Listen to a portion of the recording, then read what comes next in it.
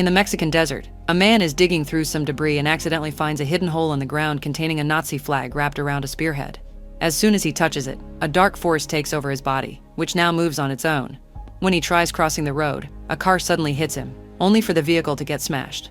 A creepy symbol then appears on the man's wrist and he just keeps going as if nothing happened. Meanwhile, in an apartment in Los Angeles, a mother opens a door and screams when she sees her daughter snarling on the ceiling. The family immediately seeks help, but Father Hennessy doesn't have the skills to deal with this, so he calls John Constantine to do it. John is an expert in everything supernatural, like exorcisms and demonology. He's also a chain smoker. John finds the possessed girl tied to her bed and opens a window to let the sunlight in, which the girl hates. Then John presses an amulet on the girl's forehead and it burns her skin, causing her to start shaking and screaming while John recites the incantation. Suddenly the girl stops moving, only for a creepy creature to come out of her neck and attack John. He immediately punches it to send it back. Then John asks the family for a mirror, which is held above the girl while he smashes a window and asks his apprentice Chaz to move the car. Once the mirror is tied to a pulley, he tells the others to close their eyes, but one man takes a peek and starts screaming as his hair turns gray. Struggling against the girl, John forces the demon in her to look up and the mirror quickly removes the creature from her body, trapping it. As the demon tries to break the mirror, John puts all his weight on the rope to push it out, causing it to land on the car and break into a million pieces. On his way out, John sees a drawing of the legendary Spear of Destiny that killed Jesus and steals it, unaware that someone is watching from above while playing with a coin. Getting suspicious, John tells Hennessy that the exorcism was worse than usual and predicts something big is happening soon. That night, Detective Angela finds herself in a hospital bed. She hears the word Isabel whispered in the room, so she gets up to follow it to the hospital roof. After removing her medical tag and letting it blow away, she jumps through the glass roof and lands in the hospital's pool. At that moment, Angela wakes up in her apartment and realizes it was all a dream. The next day, Angela is called to the hospital to investigate a case and is devastated to learn that last night she had a vision. The dead person is her twin sister Isabel, and she died exactly as she dreamed it. Isabel had been admitted to the hospital as a mental patient, but Angela knew her sister well and refuses to believe she self-deleted. At the same time in Mexico, the guy with the spear makes a super jump to cross the border, causing all animals nearby to instantly die. In the meantime, John finds himself throwing up blood, so he goes to the doctor. Sadly, he receives terrible news. All his smoking has caused lung cancer and he doesn't have much time left. Later at home, John is visited by Beeman, who brings a bunch of supernatural items for John to use in his missions, including a gun that shoots dragon breath. John tells Beeman about the demon that tried to escape into the human realm, which isn't supposed to happen because demons can only possess, so Beeman promises to research the matter. Afterward, John goes to a church where she runs into Angela, and they have a brief argument over who arrived first. Angela talks to a priest because she wants to give Isabel a Catholic funeral, but the priest refuses because Isabel's self-deleted and it's a mortal sin. At the same time, John finds half-breed angel Gabriel and notices his wings, which only humans with certain powers can see. John asks Gabriel if Don can extend his life, but Gabriel just laughs, thinking that John's determination to get into heaven is a lost cause. Then John points out he's banished lots of demons back into hell and its service should make up for his sin. But Gabriel explains that self-sacrifice and belief are the only things that will get him into heaven. Since John has only been saving people for convenience and not because he really wants to help, it doesn't count. Meanwhile, Hennessy concentrates as he runs his hands over a bunch of newspapers, hearing the news articles in his head. Finally, he stops at the article talking about Isabel's death, sensing something there. At the same time, Angela watches the footage of Isabel's death and hears her say John's name. Then all the phones in the building start ringing at the same time, but nobody answers when she picks up. Sometime later, John has a coughing fit in the middle of the street and falls to his knees. A crab appears on his hand, and when someone tries to approach him, John is suddenly attacked by a demon covered in insects. A powerful hit sends John flying, and he accidentally drops the box with his weapon, so he has to struggle against the demon's hold as it tries to choke him. Using a piece of a sign, John hits the demon to push him away and finally grabs the box, but before he can open it, the demon attacks again. There is more struggle as they rush down the street, only for John to throw the box away and let a car crash into the demon, killing it. Then John stomps on any insect left. Afterward, John and Chaz go to Midnight's nightclub, a place where the supernatural hangs out. A test at the door checks if visitors can see the drawing on a card and John is allowed inside, but Chaz is turned down because he doesn't have the power. Inside the club, people are enjoying the debauchery, but John ignores them to enter the back room, where he meets the owner, Papa Midnight. He's a powerful occultist who, unlike John, has decided to stay neutral in the fight of heaven versus hell. John tells him about the demon that attacked him, but Midnight doesn't believe him because the rules accepted by both sides say pure demons can't wander Earth. They're then interrupted by the half-breed demon Belphaser, who keeps playing with a coin as he teases John. When John threatens him back, Midnight cuts in and reminds them his club doesn't accept hostility. Another coughing fit suddenly overtakes John, so he has to rush out. Later at home, John is visited by Angela, who wants his help because she thinks Isabel was forced to self-delete by someone else. However, John thinks she's just desperate for his sister to go to heaven and turns her down. At that moment, he sees shadows outside chasing Angela, so he goes after her and decides her case may be connected to the recent demonic incidents. Angela explains she doesn't believe in demons when suddenly the lights around them start going out one by one except for a Mary statue in a display window. Weird windy noises are coming from above, and John explains they're from flying creatures while taking out a piece of fabric. When he lights it up with a holy glow, he exposes the demons surrounding them, who immediately get burned down to ashes. Angela throws up from the sulfur and John points out the demons are after her, not him. Agreeing to take Angela's case, John decides to visit hell to see if Isabel is there, which would indicate that she truly self-deleted.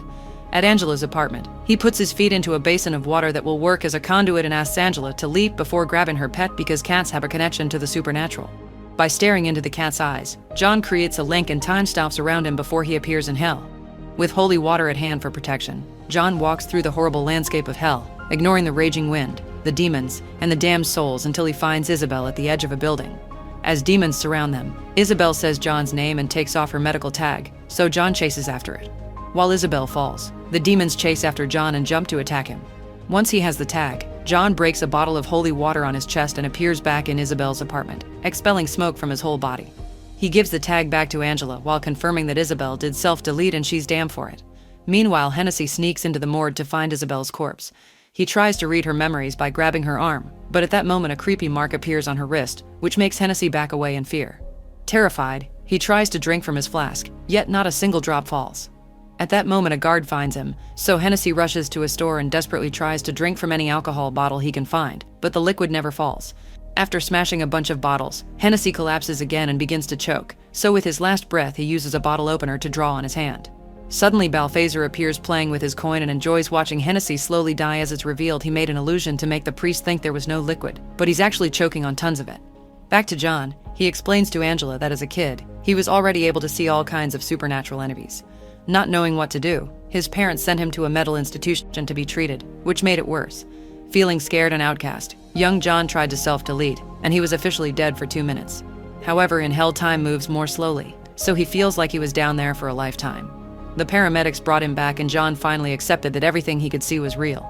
Because of his terrible sin, his soul will go to hell, so he works exorcising demons hoping it will earn him salvation. Heaven and hell have a bet over who can win humanity's souls, and they create half-breeds like Gabriel and Balthazar, who whisper things to people to make them better or worse. Their chat is interrupted when Angela gets a call about Hennessy's death and the duo immediately goes to the scene. John notices a bloody mark on Hennessy's palm, which is the same symbol Isabel and the Mexican guy had. Hennessy left it for John. After making a copy, John sends it to Beeman for research. Afterward, they go to Isabel's hospital room and John snaps at Angela, trying to force her to think of anything that could serve as a clue. Angela finally remembers that as kids they had a secret way to communicate with each other and she breathes on the window, fogging it up to reveal the message Corinthians 17, which shouldn't exist. As they drive away, they call Beeman, who explains that the Hell Bible has more passages than the traditional Bible. Corinthians 17 talks of the son of the devil called Mammon, who will bring eternal darkness upon humanity and whose symbol is the one from Hennessy's hand. Mammon wants to steal control from Lucifer, and to do that he needs a powerful psychic plus a divine being. Beeman starts stumbling over his words and senses something is coming for him, so he hangs up right before insects start coming out of his eyes. Worried, John and Angela rush to check on Beeman, but it's too late. They find him dead and covered in insects. In the meantime, the man carrying the spearhead steals a car and starts driving toward Los Angeles. Back to Angela, she finally admits to John that she and Isabel used to see things as kids too. However, when Isabel was treated for mental illness, Angela started to deny it, and eventually she stopped seeing things. Now she feels like she abandoned Isabel, so she asks John to help her see again. John agrees and fills a bathtub with water, then he makes Angela lie in it. He holds her down even when she starts running out of breath, and Angela struggles against him to no avail. When she finally drowns, time slows down, only to come back to normal in a second. This is enough time for Angela to have visited hell and get her power back. Suddenly she senses something and rushes to Beenan's office, where she finds Balthazar's coin. Moments later, Balthazar is looking at himself in the mirror in his office, which starts bubbling up. Suddenly the dragon's breath destroys the mirror and sends Balthazar flying, but the fire doesn't hurt him. Then John hits him with holy water, which does burn the demon's face, causing Balthazar to tackle him against the wall to choke him. The attack makes John drop the dragon's breath, but he pulls out brass knuckles engraved with crosses and uses them to start beating up Balthazar, pushing him onto the table. Then he stands over Balthazar with a Bible in hand, threatening to bless him instead of exorcising him so his soul would go to heaven. Terrified, Balthazar explains that Mammon needs the spear of destiny to come to the human realm.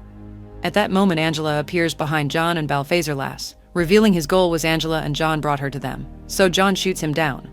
After the duel leaves, a mysterious figure appears over Balthazar. The demon asks to be revived because he completed his mission, but the other being just watches him disintegrate.